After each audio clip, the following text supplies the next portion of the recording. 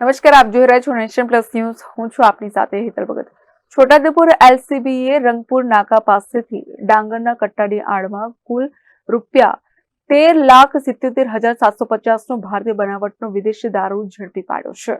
Chhota Udepur LCB Rangpur નાકા પાસે પેટ્રોલિંગમાં હતા તે દરમિયાન બાતમી હકીકત મળેલ કે એક ટાટા કંપનીની નાની ટ્રક ગાડી નંબર GJ095307માં ડાંગરના કટ્ટા ભરેલ છે, જે ડાંગરના કટ્ટાની આડમાં ભારતીય બનાવટનો વિદેશી દારૂ ભરેલ છે.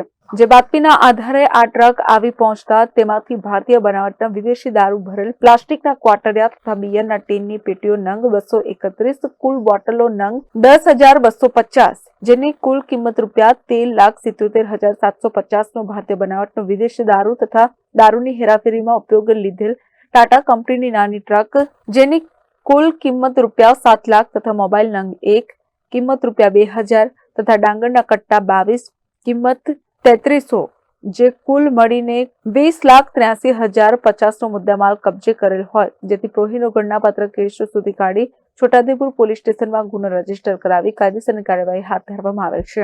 Rehan Patel, Nation Plus News, Chhota Udepur. સમાચારોના સતત અપડેટ મેળવવા માટે અમારી નેશન પ્લસ ન્યૂઝની યુટ્યુબ ચેનલને સબસ્ક્રાઇબ કરો, બેલ આઇકન દબાવો અને જોડાયેલા રહો ફેસબુક, ઇન્સ્ટાગ્રામ અને ટ્વિટર પર.